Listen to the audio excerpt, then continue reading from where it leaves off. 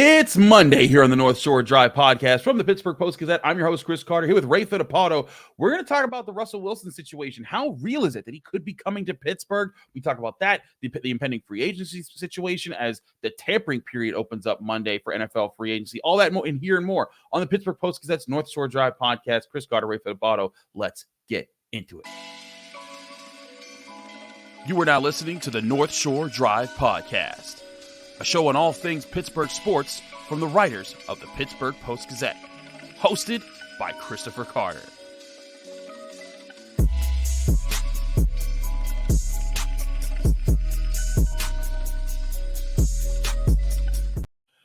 Hello and welcome to the North Shore Drive podcast from the Pittsburgh Post-Gazette. Chris Carter, Ray Fittipaldo, breaking things down on your Pittsburgh Steelers on the Monday episode here. It's March 11th, which means free agency is upon us. We'll get into all those aspects of it very soon here. But as always, we want to remind you, this show is brought to you by Mike's Beer Bar, the best bar in all of Pittsburgh. When you go to Mike's Beer Bar, you're experiencing the best bar because they have over 500 different available beers. 300 of those beers are from the local Pittsburgh area, and 80 of those beers are available on tap. You got to go try Mike's Beer Bar right now. It's the best bar in Pittsburgh. We'll talk about more at them later. Ray, we talked a little bit for the Friday episode about the Russell Wilson situation, just an update on everything. But now we've had some time to settle it in. He had supposedly a long visit with the Steelers. There's mutual interest. The Steelers like him. He likes the Steelers. He's exploring other teams like the Raiders and the Giants. There's a possibility here. Let's go into just the idea that if the Steelers and Russell Wilson followed through on this, if he became a Pittsburgh Steeler, what are the biggest parts of his game that you think fit what the Steelers are trying to do right now? Well, just, Russell's past and playing with good defensive units, and his offenses in Seattle had good running games, and they were able to play action off that, hit some big plays down the field. I think that's where Russell Wilson would fit into the Steelers team. It's still a very good defense, I think.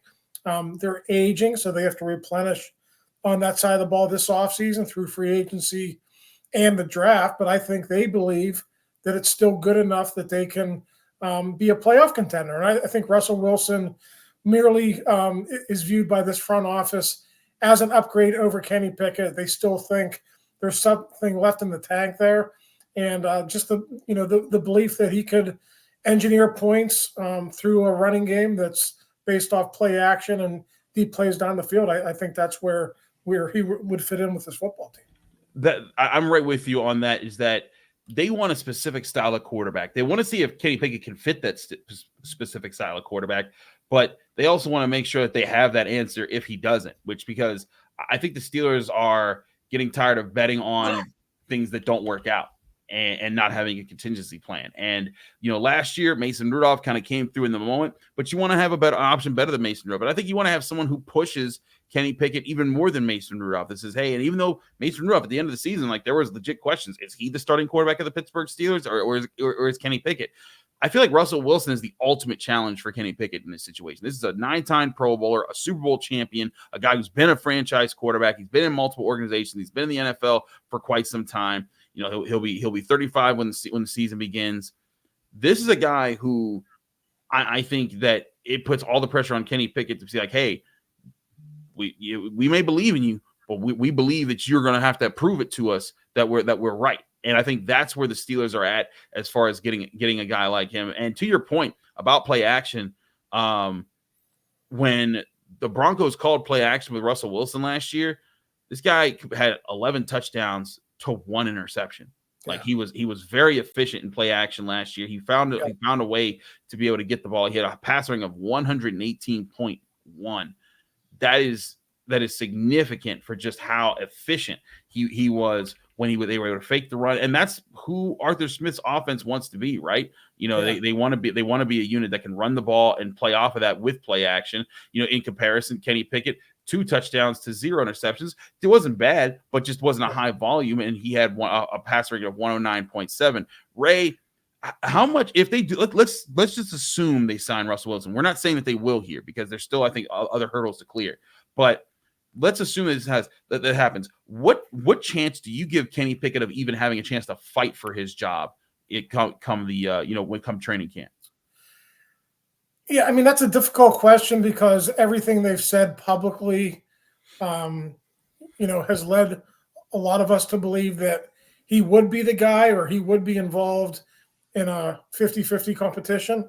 But, the action of signing a guy with Russell Wilson's resume, I think, speaks otherwise. So, I don't know. Like I said, I think I said it on Friday. If Russell would fall flat on his face and just not be good in training camp or in the preseason games, maybe there would be an avenue for Pickett to win that job. But if he should sign here, I think it's Russell Wilson's job, and I think Kenny Pickett would end up being number 2.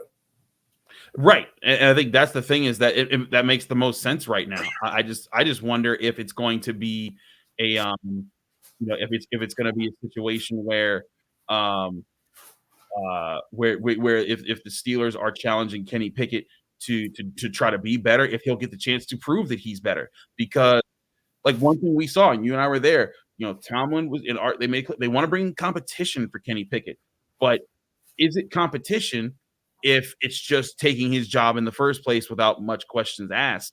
And again, not that like the Steelers don't have time to care. Like if Russell Wilson's just the better quarterback, you play him. You don't care about feelings right here, but it's are they going to completely give up on Kenny Pickett, or are they going to actually give him a shot to try to earn something in this situation? I think a lot of that would depend on how the second year of that contract is structured, and what the dead cap hit would be if they did have to move on from Russell Wilson after 1 year. Listen, I mean, if all things are equal and Kenny outperforms Russell Wilson during training camp, then I think Kenny would win the starting job. But I think there's just something inherent in the fact that they're going after Russell Wilson, that they believe he's a better option. And I think they're going to try to structure everything around that in training camp if he is signed to go out there and win the starting job. So, I think that's the way things work in the NFL. If you have a longer resume and you're a proven commodity, I think you tend to get the benefit of the doubt in those situations.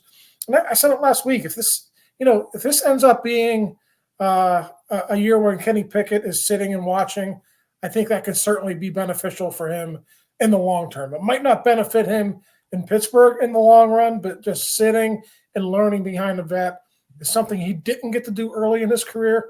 And I think that's something that could potentially help him in year 3 here. I also think that if Kenny Pickett were to come in and be able to actually, fight his way through and become the starting quarterback after Russell Wilson, a guy with his background and his history in the NFL, if Kenny Pickett were to overcome that and become the starter with that, I think that's something that could reset conversations about him. Because then if you do that, it's like, whoa, wait a second. People said this guy wasn't a starting NFL quarterback. Well, he just took the place of a starting NFL quarterback. So maybe he gets a chance to reset that. And if he does well after that, that's part of his story. That's part of his legacy as far as building forward. And then it's a whole different ball game that you're talking about Kenny Pickett. And here's the great situation for the Steelers. If he doesn't do that, oh well, you have Russell Wilson, you have a veteran quarterback who can hold it down, and then you just chalk it up, just dust your hands off and say, all right, we just got to get back in the quarterback market to go and find the guy for the future. But again, we are not saying this is definitely happening, but there are a lot of things that to me add up to why it logically makes sense for this to happen. But I think there's still so many other factors that have to come into play. Yeah, I think the interesting aspect of the situation is no matter who the quarterback is, short of, them signing Ryan Tannehill or Marcus Mariota, and that would be, strictly as a backup. But whether it's Russell Wilson or Kenny Pickett or Mason Rudolph, they're all going to be learning the new offense. So It's not like anyone really has an edge in that regard.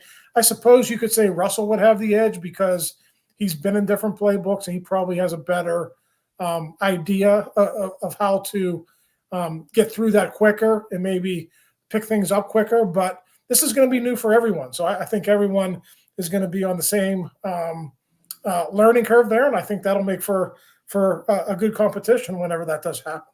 Absolutely. I want to talk about other free agent situations. It's not just quarterback that's a big deal, but also the rest of the team, because balancing this roster is going to be a big challenge. We'll talk about the other cuts that happened over the weekend while we were away, and also get you ready for some of the people that you need to be looking at, who the Steelers might be looking at the most when tampering period opens Monday, and then free agency begins officially Wednesday. All that here and more on the North Shore Drive podcast from the Pittsburgh Post-Gazette. Chris Carter, Ray Fittipaldo. But first, I want to remind you this show is brought to you by Mike's Beer Bar, the best bar in all of Pittsburgh. When you go to Mike's Beer Bar, you can find over 500 different available beers. 300 of those beers are from the local area, and 80 of those local beers are available on tap. When you go in there, all those different beers, one, they're being subbed in and out every day with new options so that you can always have something new on the menu. But they have every type of beer that you could imagine. Whether you want a sour beer, whether you want a fruity beer, whether you want a stout, whether you want an IPA, whether you want just a simple lager, old school beers, new school beers, all the different things, all the great breweries that are in the Pittsburgh area, you can find them all at Mike's Beer Bar. It's an amazing place. You go there. They also have over 20 televisions. So if you're like me and you're trying to pay attention to every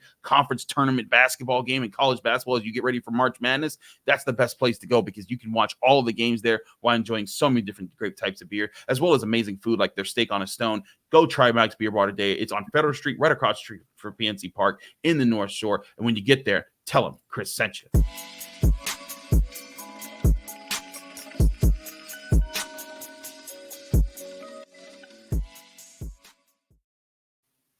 Back here in the North Shore Drive podcast from the Pittsburgh Post-Gazette, Chris Carter, Ray Fittipaldo, talking all things Steelers as we get ready for free agency. Ray, let's look at a few things here. Now, I do believe we had recorded by the time Patrick Peterson had been released for the Friday episode, so that part was there. But we had not recorded when Allen Robinson had been released. And not that that's a shocker. That's what we expected. But we were all wondering, why hasn't this happened yet? That's $10 million that can just come off the books right now. What is taking so long? But now that it has, the Steelers have approximately anywhere from like $28 to $29 million in cap space that they can use right now. And they can still create more if they wanted to release anyone else, like a DeMonte KZ, or extend some guys, give Cam Hayward void years, do different things, restructure deals. All that's on the table to create more space. How much money do you think the Steelers are legitimately trying to open up right now?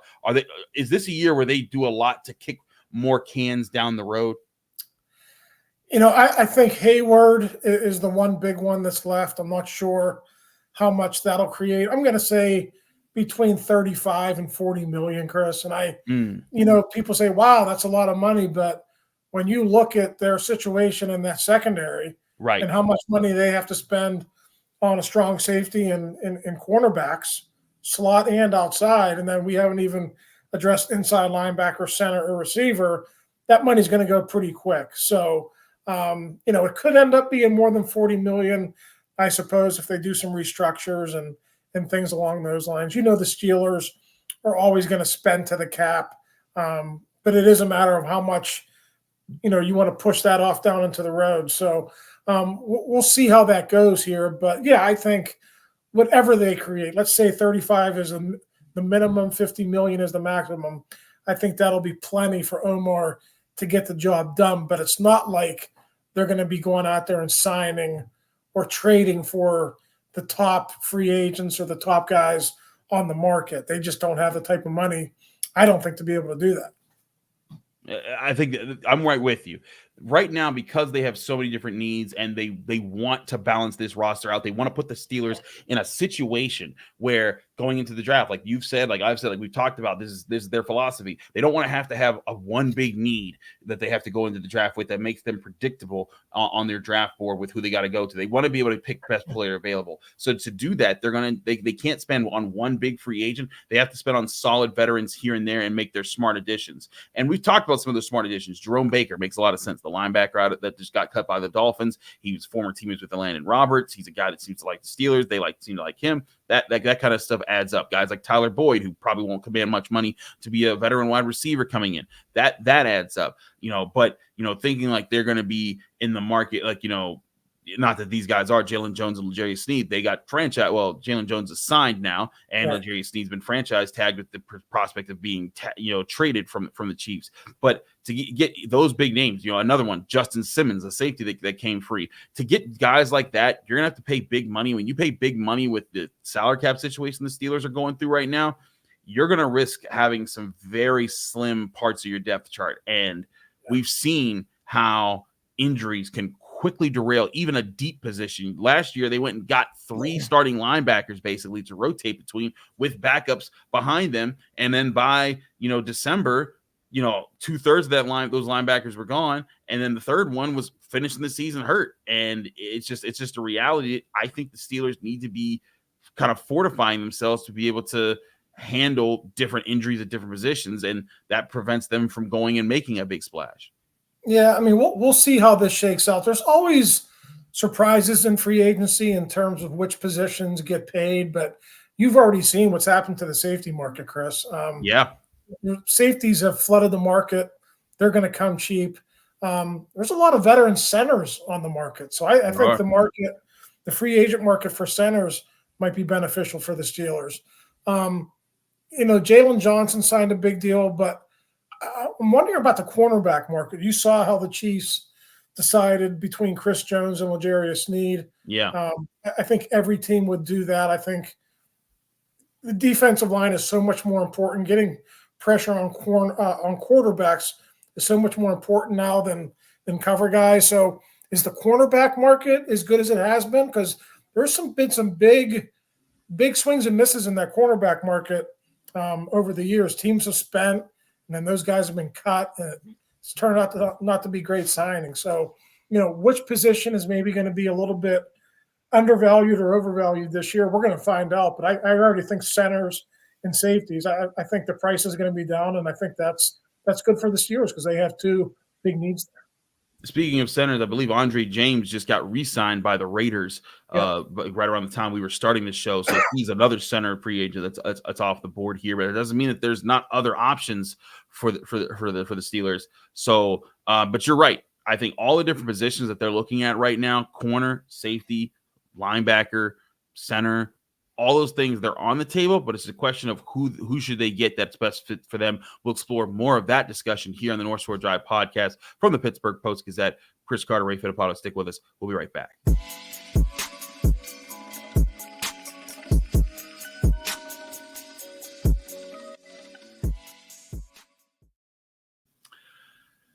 Welcome back to the North Shore Drive podcast from the Pittsburgh Post-Gazette. Chris Carter, Ray Fittipaldo. Ray, let's take a look at some more specific names as far as guys that fit what the Steelers are looking for. You talked about, the secondary. Right now in the secondary, it's Joey Porter Jr., Corey Trice, Darius Rush, as far as cornerback. Right.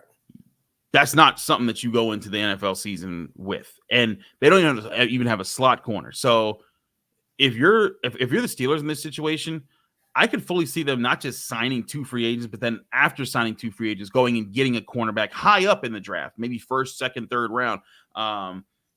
This is a year where there's a good cornerback class, and I also think there's decent veteran cornerbacks available in free agency who you could get to kind of hold down the position while you waited for those young cornerbacks to develop. Yeah. Sneed is obviously going to be the highest paid once he's traded for and then, signed to a new contract. But, you got some mid-tier guys that could be options for the Steelers. Awuzie, who has spent the last couple of years with the Bengals. Adoree Jackson started with the Titans. He was with the Giants. So they would be mid-tier guys. If you want to look at low-tier guys, you're probably looking more at slot guys. I mean, I harken back to what the Steelers did last year on draft day. No one batted an eye. And then when I think it was like in the fourth or the fifth round, I mean, they announced that they signed Chandon Sullivan, and people were like, "Oh, he's just a guy." Well, he ended up being the starting slot corner for most of the season. I don't think he was terrible. I don't know that they're going to re-sign him, but the point is they got him for about the vet minimum, and maybe they go that route again, just as a stopgap, right? Get a guy in place. Then if you draft a slot, then Chandon Sullivan doesn't have to be on the roster. So again, they're not going to go for the high price guy, but I can see them going mid-tier for an outside corner starter, and then probably low tier for a guy in the slot in free agency. No, I feel you on both of those, because you need outside guys to be able to run with the best on the outside, but you also need inside guys to be able to help challenge you in the different parts of the field. The inside guys also need to be versatile. They can't just be guys that are just cover guys, and they can't just be guys that are good blitzers. I think the Steelers have been trying to find that balance for years. Mike Hilton, had that for a little bit, but he was more on the stuff the run, blitz the quarterback side, and he could help out in coverage underneath. But when you ask Mike Hilton to run with a guy 40 yards downfield, then he was out of his element, and then he wasn't as successful regularly. And that's where I think the Steelers are trying to find someone in this free agency pool who can be feisty, who can test everything, and especially at cornerback, not cost them a whole lot of money, but give them solid quality play on the outside as well as in the slot. Yeah, I mean, since Mike Hilton left, and I thought Mike Hilton had some really good years for the Bengals after he left. He did. But for the Steelers, it's Arthur Mollett. He was here, and then there was that falling out where he was, he pretty much asked for his release, and they gave it to him. And then last year they go with Sullivan, and I know they tried like 20 guys there in training camp, and it ended up being Sullivan who won that job. So, they haven't really found a good replacement for Mike Hilton since he left. So I think that's important to take care of that this offseason. But, I just look at the secondary on the whole, and really the back seven, when you include inside linebacker, they really got to do a great job this offseason of piecing that together. We saw what happened in the playoffs when the inside linebackers were injured. That didn't turn out well. They couldn't run with tight ends. They couldn't cover tight ends. So they got to get that squared away. And this is a really big offseason for Omar Khan. So, yeah, outside and slot corner, those are big needs at this offseason. But inside linebacker and safety are just as important, I think. They are, and because they connect the defense. When we're talking about the corners and the pass rush and everything, the linebackers and the safeties, especially the strong safeties, the guys that jump down in the box, they're the guys that are the intermediaries that kind of piece everything together. They help cover over the middle. They force, they're the ones, if they're on their games, the quarterbacks are forcing the throws into tougher situations outside the numbers, which give those players more chances to react to the ball. That's what you need. You need guys that can play in the middle part of the field and play well. And I think they have solid guys there. They could use some good guys there. And that's where I think the Steelers could be looking reasonably with some of their free agent signings. Yeah, and I think that's why you probably keep KZ. I mean, you could say like $2-3 million if you cut KZ, but you just cut Keanu Neal. I mean, KZ is, he's more of that third safety. They like to play a lot of 3 safety packages, but I think he's best in that role when he's coming off the bench and he's playing in passing situations.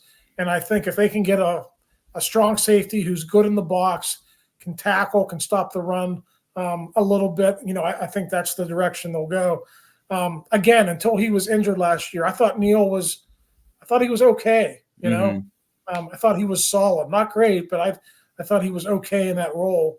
Their big goal, and I don't know if they can get back to this, their big goal is to free up Minkah Fitzpatrick and get him back to being this defense's top playmaker. But absolutely, they've just been so inconsistent in being able to make that happen the last couple of years. 2021, he was the team's leading tackler.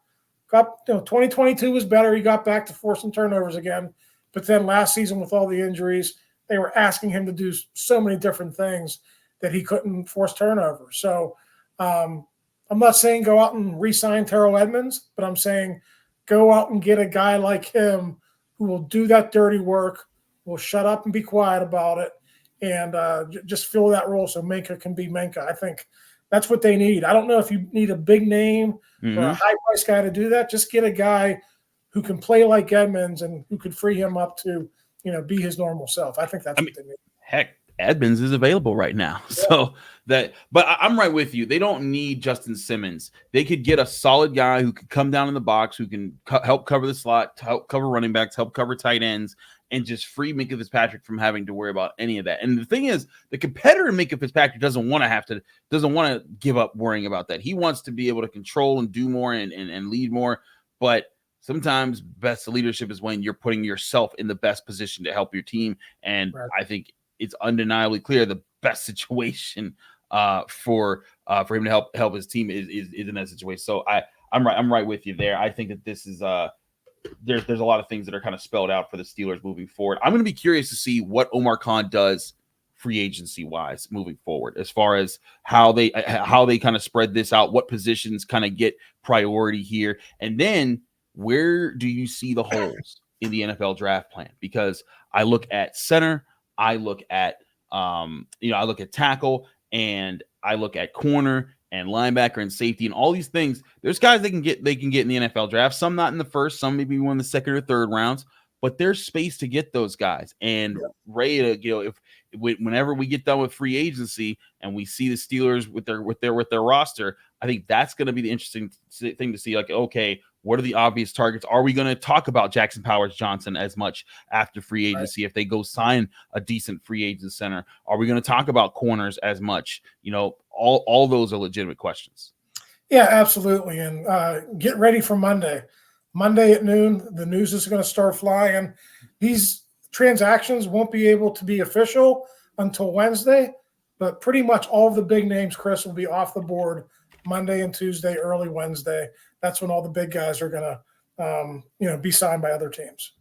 Absolutely. And to stay up to date with all of that, subscribe to the Pittsburgh Post-Gazette, post-gazette.com for all the updates from Ray, Brian, Jerry, our entire Steelers team, as well as all of our sports writers and local news coverage here at the Pittsburgh Post-Gazette. I'm your host, Chris Carter of the North Shore Drive Podcast. Find me on Twitter and Instagram at Carter Critiques. Read my work at the Pittsburgh Post-Gazette, post-gazette.com. Find me here on the North Shore Drive Podcast every Monday, Wednesday, and Friday, talking with any of our great writers here at the Pittsburgh Post-Gazette. Back Wednesday with more here on the Pittsburgh Steelers and for the start of free agency right here on the North Shore Drive Podcast.